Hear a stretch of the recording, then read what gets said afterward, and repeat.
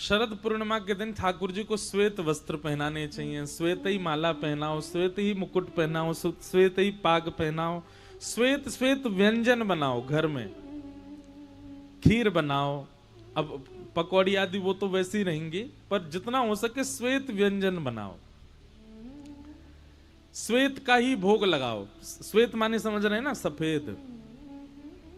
और उसके बाद ठाकुर जी की जो गादी है जिस पर ठाकुर जी विराजते हैं, उस पर भी श्वेत वस्त्र, पीछे की पिछवाई भी श्वेत, ऊपर की झूमर आदि भी श्वेत। श्वेत पुष्पों से पूरे ठाकुर जी के मंदिर को सजाओ, ठाकुर जी के निवास कुंज को सजाओ। और छोटी छोटी छोटी सखियों के अगर स्वरूप मिल जाएं तो उनको आप ठाकुर जी के चारों ओर लगाओ। सामने सुंदर पात्र में जल भर दो, जल भर के उसमें कमल पुष्प आदि इन सबको पधरा दो। सबसे सुंदर तो ये जो हमने पहना हमारा प्रिय पुष्प है, ये मोंगरा, मोंगरा हो, ऐसे मोंगरा बिछा के बीच में कमल लगा दो। और मंदिर में जिस कक्ष में ठाकुर जी विराज उसकी लाइटें बहुत कम कर दो, बहुत थोड़ी थोड़ी लाइटें जलाओ, केवल श्याम सुंदर प्रत्यक्ष दिखें ऐसी हो। और फिर सन्मुख बैठ कर के गोपी गीत का पाठ करो। ठाकुर जी को आज गोपी गीत आएगा कथा में, हम 2-4 श्लोक गाएंगे। गोपी गीत का ठाकुर जी को पाठ सुनाओ और गोपी गीत पाठ करने के बाद में सुंदर आप भी सज धज के बैठो, पति पत्नी बच्चे सब बिल्कुल तैयार होकर के, और फिर उसके बाद में कोई कीर्तन भजन गा के सब लोग रास करो। ऐसा भाव करो कि ठाकुर जी हमारे संग नाच रहे हैं। ठाकुर जी के आगे नृत्य करो, नृत्य करके ठाकुर जी के सन्मुख रास पंचाध्याय तक, अगर भागवत जी घर में हैं तो रास पंचाध्यायी खोल के ठाकुर जी के आगे रख दो। उस दिन रात्रि में ठाकुर जी, वैसे तो देखो मंदिरों में तो शयन होता ही है, शयन तो करते ही हैं, पर भाव ऐसा रखो कि ठाकुर जी के उस दिन पूरे कक्ष को फिर एकांतिक ठाकुर जी का बना दो।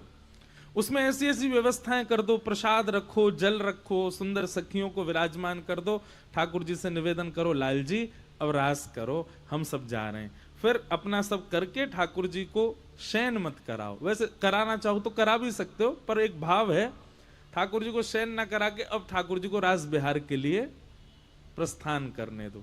ठाकुर जी रात भर रास करेंगे, या फिर 1-2 घंटे के लिए आप सब ठाकुर जी को एकांत छोड़ दो, ठाकुर जी रास बिहार कर लें, उसके बाद उनको शयन करा दो। इस प्रकार शरद पूर्णिमा का उत्सव मनाना है। हमारी तो बड़ी जोर की होगी गिरिराज जी में, या बार 14 से 17 अक्टूबर 4 दिन श्री पूर्णिमा दीदी जी हैं, बहुत सुंदर कीर्तन करती हैं ठाकुर जी का, वो करा रही हैं 4 दिन का रास पंचाध्यायी। उसमें गोपी प्रेम की ध्वजा, ब्रज में कैसी कैसी गोपी हैं, कैसा कैसा प्रेम है, क्या क्या उनके भाव हैं, उन सब पर चर्चा 4 दिन होगी। 3 दिन कथा तो होगी 4 से 7, पर 17 तारीख को शरद पूर्णिमा वाले दिन कथा होगी रात्रि 11 से 1-2 बजे तक, और वो भी पंडाल में नहीं होगी। 3 दिन कथा पंडाल में होगी, 3 दिन बाद फिर 2 किलोमीटर दूर जाएंगे गिरिराज जी की तलेटी, बिल्कुल गिरिराज जी के नीचे बैठ के खुले आकाश में केवल 2 लाइट व्यास जी पे होंगी, बाकी सब अंधेरे में गुप्त। जितने श्रोता आएंगे, बहुत श्रोता आएंगे, उसमें सब बिल्कुल अंधेरे में बैठेंगे, आकाश से शरद पूर्णिमा के चंद्रमा प्रकाशित करेंगे, उसी के प्रकाश में सब लोग बैठ करके गोपी गीत का पाठ करेंगे, रास पंचाध्यायी, रास बिहार होगा, नृत्य करेंगे, कोई किसी को देख नहीं पाएगा, सब बस नृत्य करेंगे। हमारी ऐसी भावनाएं, कोई या कोई दिखेगा ही ना तो है सके कि या बीच में श्याम सुंदर आ ही जाएंगे और रास बिहार करे ही जाएंगे, तो भावना वहां जाकर के प्रकट होगी कैसी हो। तो ऐसा शरद उत्सव होगा। अब हम भाव के प्रश्नों का उत्तर दे देते हैं ना, उसके तुरंत बाद फिर कोई खतरनाक प्रश्न आता है तो फिर हम कहते हैं अब इसका उत्तर कैसे दें, अब भाव में तो चले गए। आज भी देखो क्या हुआ कथा में, जैसे ही वर्षा हुई सब लोगों को लगी होगी ओहो वर्षा हो रही है, पानी भर जाएगा, जे होगा वो होगा। लेकिन देखो वैष्णव का स्वरूप कैसा होना चाहिए। जैसे ही वर्षा हुई, हम अपने कक्ष में तैयार हो रहे थे तो मन में भाव आया, मैंने कहा ओहो कल तो 56 भोग लगे थे ना, इंद्र को पता चल गई है कि ब्रजवासियों ने उसकी सेवा बंद कर दी है। इंद्र को पता लग गई है कि ब्रजवासी 56 भोग लगा रहे हैं गिरिराज जी को। सो इंद्र ने मूसलाधार बारिश करी। और महाराज देखो, हमको पता चला कि सबसे पहले आक्रमण कहां हुआ? मंच पे ही हुआ। लेकिन हमारे ठाकुर जी ने फिर से गिरिराज जी धारण कर लिए, फिर से व्यवस्थित हो गए।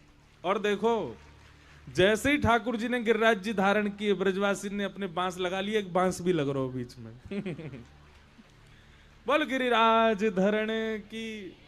ओ कैमरा वाले भैया ने दिखाओ बांस। हाँ जे बांस देखो, अभी बस बांस लग गो, अभी चट चट टूटना और चाहिए।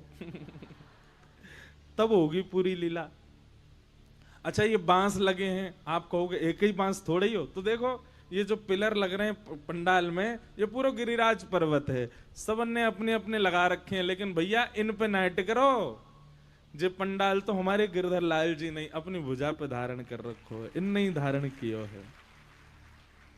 तो ये इस बात का प्रमाण है कि ठाकुर जी, कथा केवल शब्द नहीं है, कथा केवल प्रवचन नहीं है, कथा पूरी लीला होती है। और ठाकुर जी उसमें प्रत्यक्षता का अनुभव करा देते हैं। बस कोई करने वाला होना चाहिए। कोई ने करो ऐसा अनुभव कि जो गिरिराज लीला ही है रही है, एक दो, अच्छा अब तो सबरे इनके हाथ खड़े होंगे झूठे। अच्छा, ये ऐसे भाव भी प्रेमी हृदय के चित्त में ही है सके। सबके हृदय में ऐसे भाव प्रकट नहीं होते। वो हमारी बात सुन के और यूं कह रहे होंगे, जन कहा बोल रहे हैं ब्यास जी, ये भी कोई बात है? बरसा आएगी तो यूं कह रहे हैं गिरिराज लीला। पर यही तो प्रेम की बात है, प्रेम। तो आज ठाकुर जी ने प्रत्यक्षता का अनुभव करा दिया कि देखो वास्तव में गिरिराज लीला है। अच्छा, होनी होती तो जोरदार रहती रहती, पर कथा थोड़ी बहुत देर बस अपनो जमा करके रंग और फिर विश्राम कर दो। नहीं, अब कथा होएगी, कथा में सबको विघ्न नहीं हो, तो व्यवस्थित भी हो गया सब। तो ठाकुर जी प्रत्यक्ष हैं, इस बात का अनुभव कराते हैं। किन्हीं का ये प्रश्न है, अगर कोई दुर्घटना या कोई निश्चित कार्य होनी है तो फिर अनहोनी क्या है? भैया देखो, आपका ऐसा भाव है, होई सोई जो राम रची राखा। राम जी ने पहले से ही रचा हुआ है सबके जीवन में, क्या होना है क्या नहीं होना। तो फिर अनहोनी क्यों कहते हैं? हम सब कुछ तो होना ही है। ये हम कहते हैं, हम आपस में सामाजिक वार्तालाप में कहते हैं ओहो ये तो अनहोनी है, पर वो अनहोनी नहीं है, वो होना ही था हमारे साथ में, वो होगा ही हमारे साथ में। ईश्वर द्वारा निर्धारित है होनी। अच्छा, एक बात और सुनिएगा। मैं एक बात कथा में कहा करता हूं कि ठाकुर जी हमारी एक एक क्षण की क्रिया पर ध्यान नहीं देते। एक हमने बात बोली, बहुत वायरल भी होती है वो, कि इतना बड़ा ब्रह्मांड है, ठाकुर जी हम पर ध्यान दे के थोड़ी बैठे होंगे। अब इसको मुझे गिराना है, अब इसको मुझे खड़ा करना है, अब इसको खांसी होनी चाहिए, अब इसकी पत्नी इससे रूठेगी, इसके बच्चे इसके विपरीत। अच्छा, भगवान पर और कोई काम नहीं है, पूरे दिन हम पे ही देखते रहेंगे?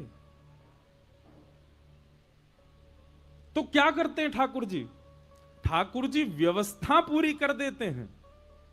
जैसे कि आपने बाजार से सब्जी ले आए, मसाले ले आए, व्यंजन ले आए, ला करके माता को घर में दे दिए। माता जी को घिया आ गया, तोरई आ गई, टमाटर आ गए, आलू आ गए, भिंडी आ गई, ये मसाले, लाल मिर्च आ गई, धनिया आ गया, आदि आदि जो भी होता है सब आपने ले जा करके दे दिया। सामग्री देना आपका काम था। अब सब्जी कैसे बनेगी कैसी नहीं बनेगी ये मां के हाथ में है। ठीक वैसे ही ठाकुर जी हमको व्यवस्था दे देते हैं। धन दे दिया, बुद्धि दे दी, नेत्र दे दी, नाक दे दी, जीव दे दी, हाथ दे दिए, पैर दे दिए, स्वभाव दे दिया, गुण अवगुण दोनों हमारे सामने कर दिए। अब उस पर क्या करना है, क्या बनाना है, ये हमारे ऊपर निर्भर है। ठाकुर जी व्यवस्था करते हैं। भैया बालकों बैठ जाओ, बैठ जाओ, छोटी सी लाली है, वह बाहर घुमा लाओ, जाओ। समझ में आई बात? भगवान ने पुलस्त ऋषि के खानदान में भेजा किसको? रावण को। पुलस्त ऋषि सामान्य नहीं थे, देवता भी नतमस्तक रहते थे पुलस्त ऋषि के आगे। ब्राह्मण कुल में भेजा, सारस्वत वंशी ब्राह्मण था रावण। करोड़ों की, खरबों की, अरबों की संपत्ति का उसको स्वामी बना दिया। सोने की लंका में रहता था, मंदोदरी जैसी सुपात्र पत्नी दे दी। लोगों को एक सिर मिलते हैं, उसको 10 सिर दे दे। व्यवस्थाओं में कोई कमी नहीं छोड़ी भगवान ने रावण की में, लेकिन उन व्यवस्थाओं का दुरुपयोग किया। उस दुरुपयोग का परिणाम आज भी लाखों वर्षों से रावण का पुतला जलता है दशहरा मैदान में। ठाकुर जी व्यवस्था दे देते हैं, ठाकुर जी आपको सब कुछ आपके सामने धर देते हैं। अब ये है, इतना है, किसी को सीमित देते हैं, किसी को ज्यादा देते हैं। अब इस पर तुम क्या बना सकते हो, ये तुम्हारे ऊपर है। समझ में आई बात? ऐसा है। तो इसलिए अनहोनी कुछ नहीं है, सब होना ही है। हमारी भाषा में अनहोनी शब्द होता है। फिर ये प्रश्न है, अब ये हमको समझ में कम आया, इसको बाद में बोलेंगे। फिर किसी का भाव है कि अंतर्मुखी कैसे बने? अंतर्मुखी कैसे बने?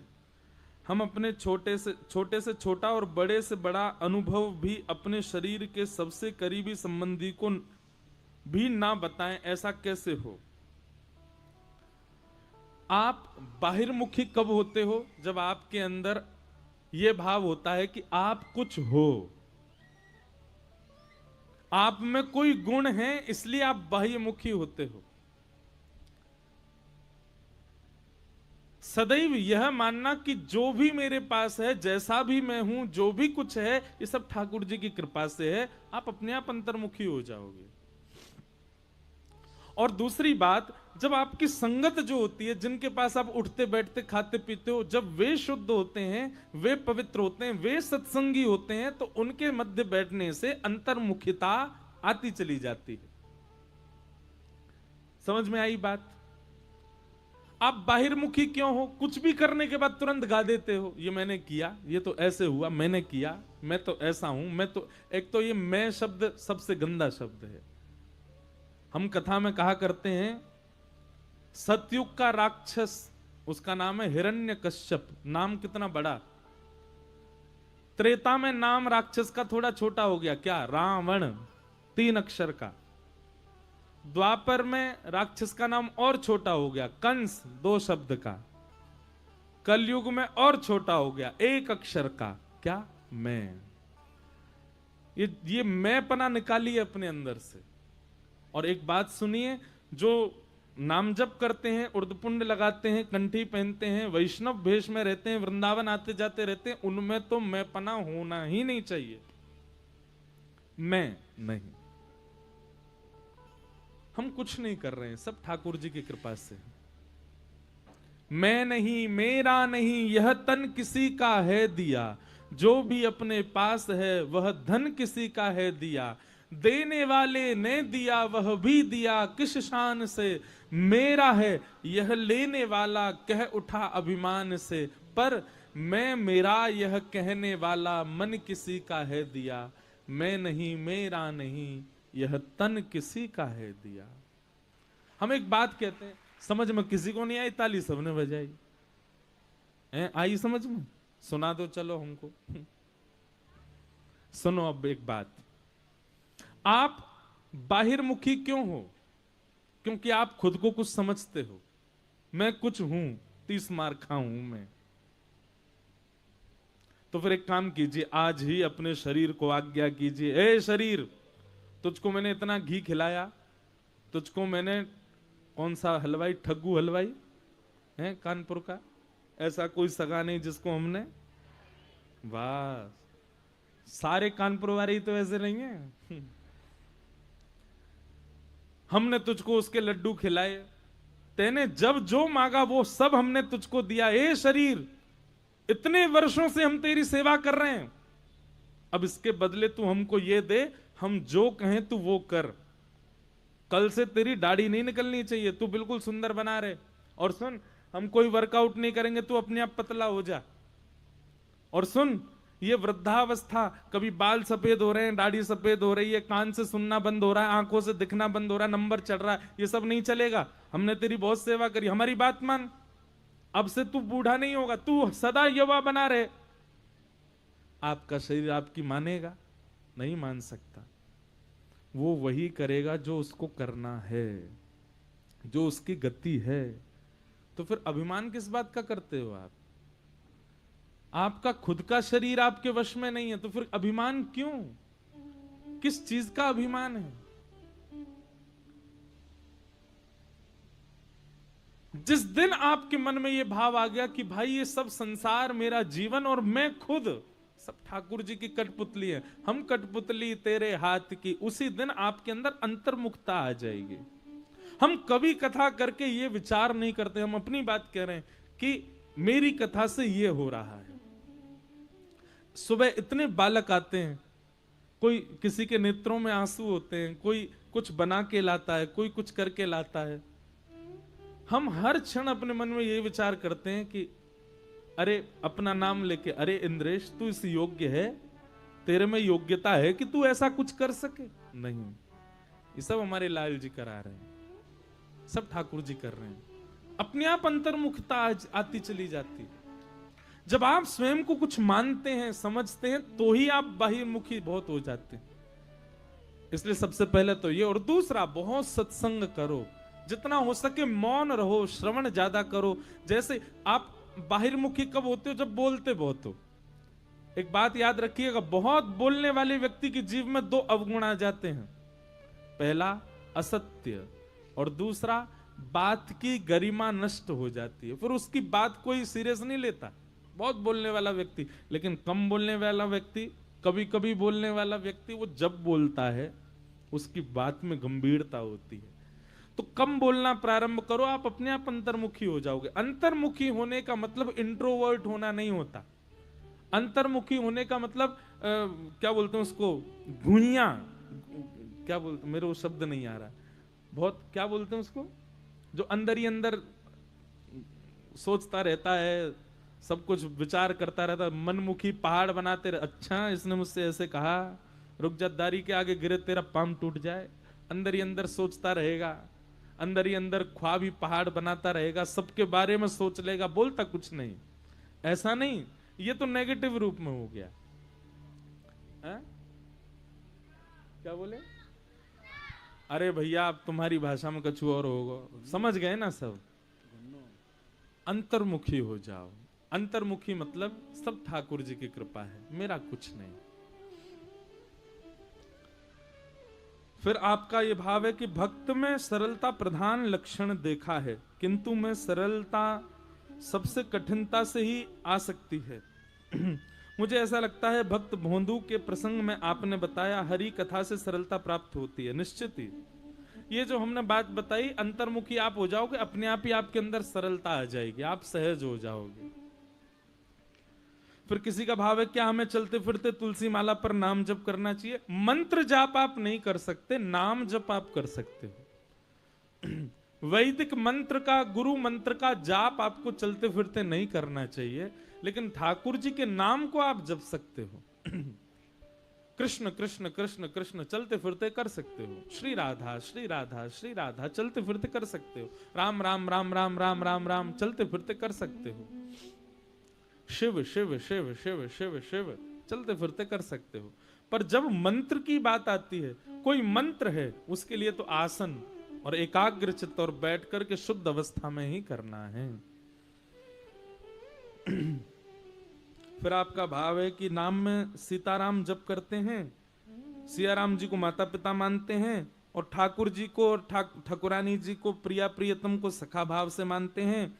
आपको ये भय है कि सखा सखी के रूप में मानने वाले प्रिया प्रियतम के प्रति ज्यादा लगाव हो रहा है तो कहीं माता पिता को छोड़ तो नहीं देंगे? ऐसा नहीं। हमारे मित्र बन जाते हैं तो क्या हम माता पिता को छोड़ देते हैं? हमारा विवाह हो जाता है, पत्नी या पति आ जाए तो क्या हम माता पिता को त्याग देते हैं? नहीं। सीताराम जी मेरे माता पिता हैं और बहुत अच्छा भाव है, और प्रिया प्रियतम मेरे सखा हैं, बहुत अच्छा भाव है। सदैव दोनों का स्मरण करो, बिल्कुल भयभीत मत हो। ये सब आज के प्रश्न हैं, इन सबको हम प्रणाम मात्र करते हैं।